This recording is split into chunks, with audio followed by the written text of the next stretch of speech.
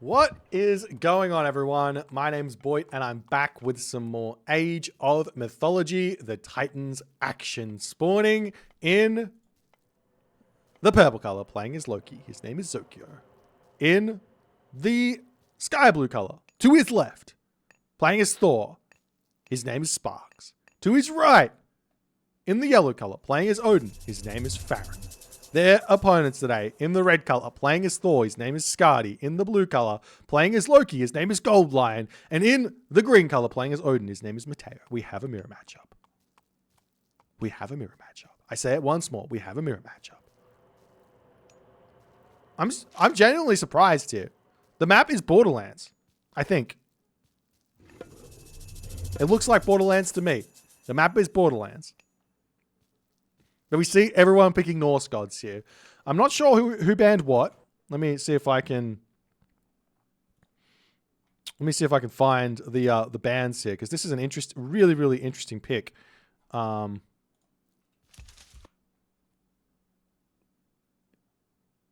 I don't see who banned what.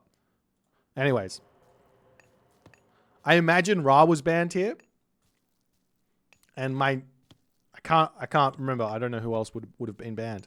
But we'll see how things are going to go, because things get really interesting when it's just Norse, because as we know, and we've had a lot of experience in this, never, ever count out a Norse player's ability to throw a game. Yes. There's one thing I love in Age Mythology. It's big throws. Big throws. But we've also got the double Loki. Where's the Loki spawn? Loki spawn in the pocket? Loki spawn in the pocket? Oh, this is as lucky. This is as good as it gets, because it means you can't get any huge rushes onto that Loki player. So we'll see how things are going to go. Obviously, this is Borderlands, so things are going to happen here. We see a very early wall coming up here for Skadi. One big advantage of playing Thor is that in the early game, you have excess resources. And you can just spend those on walls, which is really nice, as you see Skadi doing so. You have excess resources. We also see Skadi not dropping his Dwarven Gold Mine, whereas same two here for Sparks. Sparks, you're a man after my own heart here. I love you. Because not only did you not cast Dwarven Goldmine, but you also skipped an ox cart on your hunt, which means you've got a perfect opening, and you're using the gold mine next to the wood over here. It doesn't get any better than this. It honestly does not get any better than this. You can see the difference in score here between Skadi and Sparks at the start here. And this is just because of the ox cart usage here. It might look like a lot, but it's early game, and these guys are the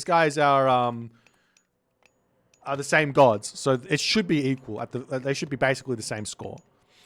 So that's the big difference there. The big difference maker. Sparks is going to be in a great spot here. So we'll see how things are going to go. Does move out onto this position. Going to be dumping that food in, advancing to the next age, I assume, as he goes through Forseti. Bit surprised to see the Forseti, but it makes some sense. Forseti is actually... not surprised to see Forseti. Forseti is so good. Wait, is Skadi went through Freya? The thing, though, is that if you have two Freyas on your team, that means you can forest fire one player twice and take a look at this base of Farron. One tree, two trees. Take a look at this base of Sparks. One tree, two trees. Take a look at this base of Zokyo. One trees, two trees. You can choose to double one player here and make their life a living hell by going double forest fire. This is a really good recognition of TBL if they recognized it. We'll see how things are going to go. Wall's coming up over here for Sparks. Just going to be playing a defensive game. Makes a lot of sense here. No need to get aggressive here in this one. At the start, just play it nice and defensive. The onus is generally on the Odin player to make things happen here. And the Thor player can just sit on their hunt and defend themselves nicely. So everyone's going to be advancing. And we'll see what's going to happen. Any early town centers? Not looking like it. Longhouse is coming up over here. Double temple actually through for Goldline and a longhouse as well. Wow, that's a lot. That's a lot of spend here from Goldline. Generally, if you're going in pocket Loki, you're just going to be making Herser. 2 military buildings is enough, but he opts into that extra one. So you also see there's actually quite a lot of food in the middle of the map here. Quite a lot of gold mines here as well. Hall of Fame's coming in. You see the forest fire there onto this position. Going to be hitting Scardy. Manages to take a villager out. Great play from Farron there. Generally, you don't see any villagers getting killed on that sort of a forest fire usage, but really, really nice usage of the path blocking from that Valkyrie. Sniping down a villager there as the raiding cavalry starting to move forward for Farron, putting the pressure onto Scardy. And Scardy realizes he needs to be defending his food over here. And the raiding cavalry are going to be swinging around as well. Valkyrie searching around as well. Still haven't seen that double forest fire yet onto someone here. As Mateo, he's going for the Ulfsarks to kick things off here, but Farron at the moment, he's also going for Ulfsarks. He's actually only got one longhouse down at the moment. Wild. Just the one longhouse and an armory. Is he getting armory upgrades up? No, but I think he wants to.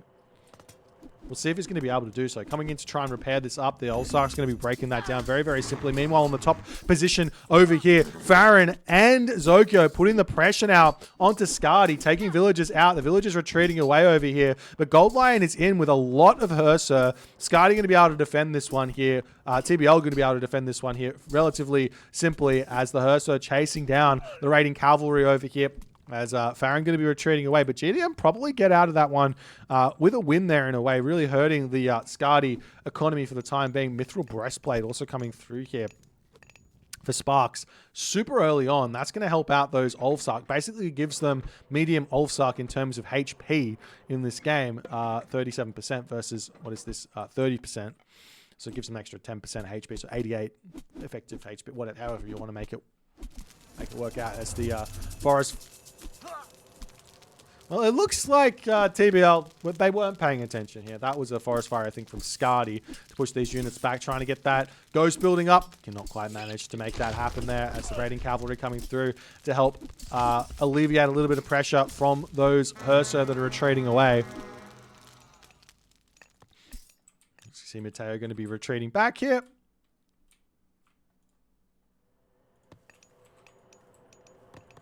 Sparks here pumping out. He's literally just pumping out of Ulfsarks from one thing here. The village is at the very bottom of the map. That town center coming up here for Sparks. I like this play. It's super greedy. We'll see if it's going to work out for it. If Mateo spots this, it's going to be lights out because there's just so many units. We see the walls back up again here for Sparks on that position there. As these Herser causing some pain in Goldline's base. Goldline on straggler trees here as well as Zokyo's just searching around. We are seeing Sky looking for some villagers over here. Farron notices it. Going to be pulling his villagers back. Nope. Oh, he's going to get spotted here. It's almost guaranteed to get spotted here. Yes, he does. As the villager's going to be pulling back. Oxcart gets sent back in there. But the raiding cavalry are in. We've got Farron coming in with his own raiding cavalry back here to defend. As any villagers falling at the moment. Looks like they do get one. But raiding cavalry... 2 raiding cavalry picks here, maybe. Meanwhile, on the bottom of the map here, we've got Goldline putting pressure onto Zokyo here, looking for those villagers. The villagers trying to get themselves to safety here, pulling away from the boars, but Goldline doesn't know what's going on over there. He's searching around for those villagers, but cannot find them. Meanwhile, the town center is up for Sparks. Sparks is in a great position now. The Ulfsarks searching around for someone to kill, but nothing really there. The villagers on the back location here with the Ulfsark in defense there. Completely fine as the Mateo Ulfsarks searching around for something to target down here. Herser getting caught out of position though. Nice find there for Mateo, but Mateo needs a town center now as well to keep up, or he needs to hit some sort of heroic age timing onto Sparks here in this game. As the Herser fighting over here, good micro from Goldline. As the Herser going to be pulling back into the main base. Lots of cows here.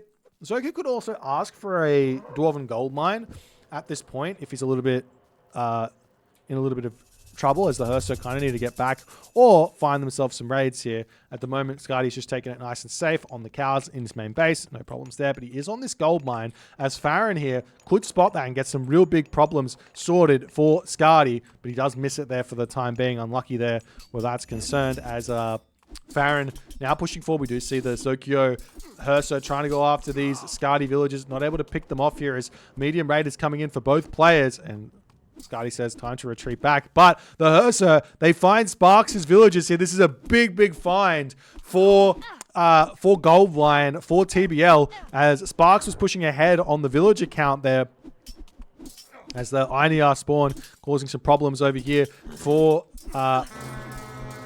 Goldline, but it looks like Zoko needs to retreat back. The Ulfsark going to come over here to try and help. The villagers do manage to stay alive there, though. So nice play there for GDM. But GDM also needs to think about walling up here. There could be a nice wall over here, which would really stop everything. A wall down the bottom would not go astray here for Sparks here either. But meanwhile, on this position, we are seeing GDM is pushing in very hard on this position here. And I think Farron is maybe overcommitted just a little bit too much here as he's going to be pulling back now for the time being. We see the Herso spotting a Goldline Town Center coming up. You're going to be putting a stop to that one. Nice find there as the Ulfsark of Mateo and Goldline going to be using that speed to come in and try and push Zokyo off of this gold mine here. But it looks like Zokyo is already over here with his own Herso, so he should be completely fine to defend on that position there. As Goldline coming over here, we've got the raiding cavalry searching around for everything. I'm not sure you get... Yeah, you don't get favor for denying a town center, so you actually want to just hit the Herso here if you can. Zokyo pulls back. He does turn around, take that fight. Nice micro there from Zokyo, keeping that low HP Herso alive there. There's the Ulfsark of Mateo pulling around the map on this one. Raiders pulling back here as well. As the Herso do find some Farron dwarves here and villagers, going to pick those off. Farron retreating away nicely at this point. Bragi Scardy coming through as well for Sparks. Bragi in for, I imagine that's in for Goldline here. As Soko just a little bit too far behind to get to that next age here as fast as he might want, as the Farron raiding cavalry coming back to defend. Town Center coming up for Scardy. Farron still no Town Center for himself as I just looked at DOD Scardy. As TBL starting to push in front here. 3 Town Centers for Mateo, 3 Town Centers for Sparks. Big boom on the bottom here. Upgrades here for Sparks. He does have himself only that mithril breastplate at the moment. As breaking through this wall can start pushing in onto Mateo here.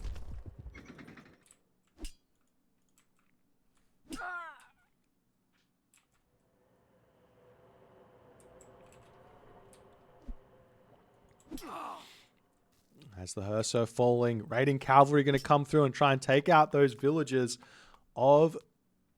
Well, actually, no, he's defending himself. What am I talking about? I'm getting confused. All right. Goldline and Scardy coming through the middle of the map yet again. The wall's finally coming up here to try and defend Sparks. Wouldn't be a bad idea to get the walls over here as well for Zokyo, but not happening just yet. It's the Ulfsarks of Mateo and Goldline clean up Sparks there. Zokyo is sitting here to defend on this spot, but he doesn't have enough stuff. Does have the watchtowers to help out, though.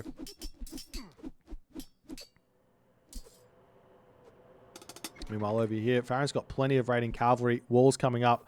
Everyone getting themselves sorted out in this one. But we already see Tier coming through for Goldline. This is really quick. I wonder if he's been getting fed by Scardy at this point. We'll have to check that one out. In fact, let me do it now. I don't think so. It seems about right. Yeah, no resources tributed. As the Goldline Herso are going to be pushing those Herso back. Einhjar comes through to push those dwarves away for Zokyo. On this position, the Herso coming through, going to be pushing the villagers back. Flaming weapons. Fimbulwinter getting dropped down in an instant.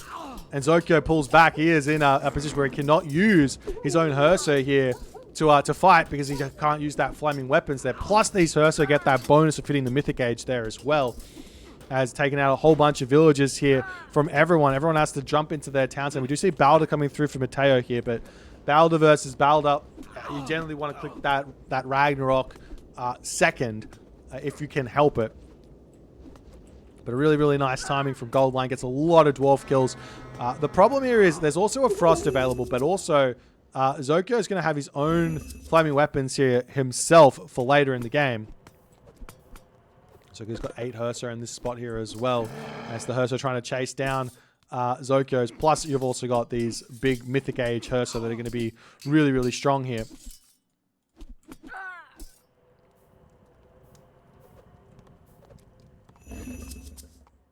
Not sure exactly what those villagers were doing over there, but Skadi's making a movement across. We do see the raiding cavalry getting pushed back here. Farron's actually in a good spot against Skadi here, so we'll see how things are going to go there. Sparks going through Balda. There is also a Frost available.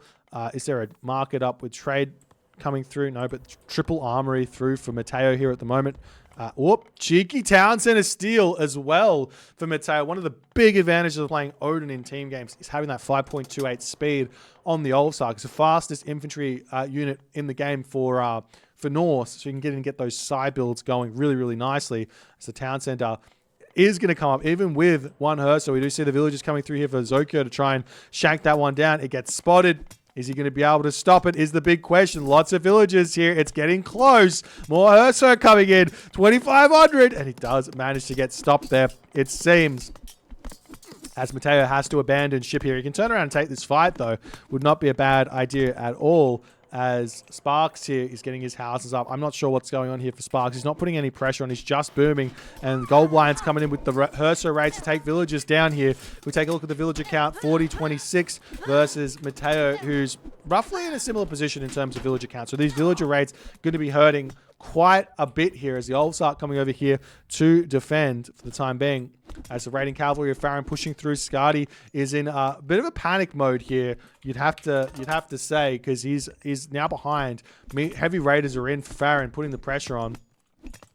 Lots of buildings going to come through as the defense. So we see a hill fort on the front here for Farron, but Zokyo and Sparks technically behind here. As Mateo's in a really, really strong position. The Hersa coming through, hitting Sparks even more on this spot. Sparks having a very difficult time tracking those Hersers. We see a straggler, what am I saying? Not a straggler thing, just a side build starting here for Goldline. Getting those production facilities out in the back of the base here is going to be very, very helpful. As we do see Skadi dropping his Frost down. And the question is, do we even want to, does Farron even want to drop his own Frost here? And it looks like he does, because he'll hit those units over here and hit some villagers. So nice usage there, but he doesn't hit the Frost Giants. There's a handful of throwing axemen are still in on this spot to get this hill fort going.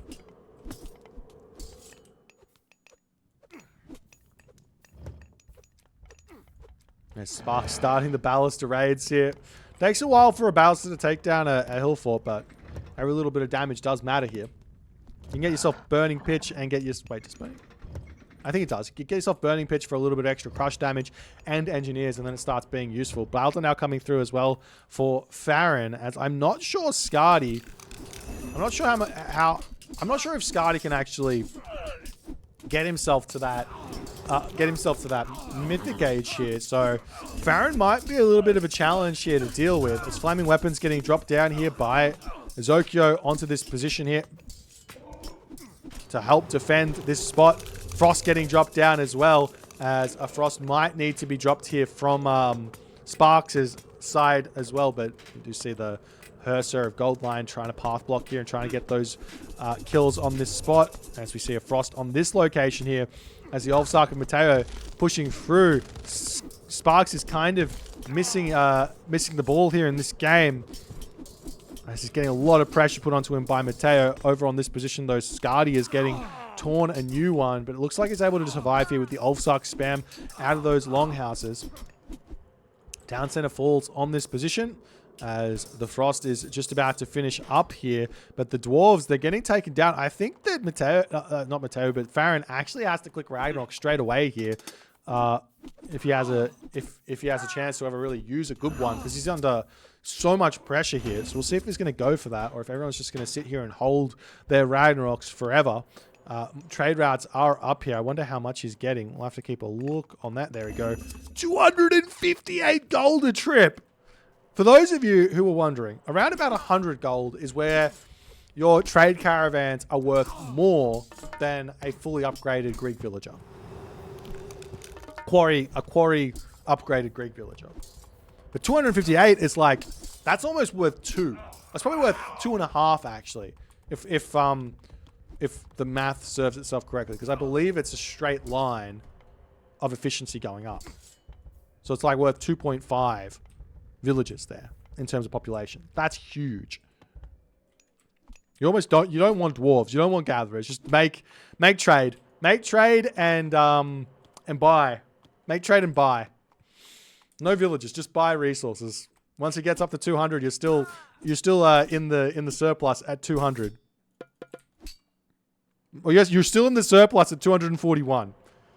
That's wild. You're still in the surplus at 241, if my math is correct. Battle balls going after the town center here as Zokyo is now in a very, very tough position here. It looks like Sparks is held on this position here. He's actually got himself back into a decent position against Mateo somehow.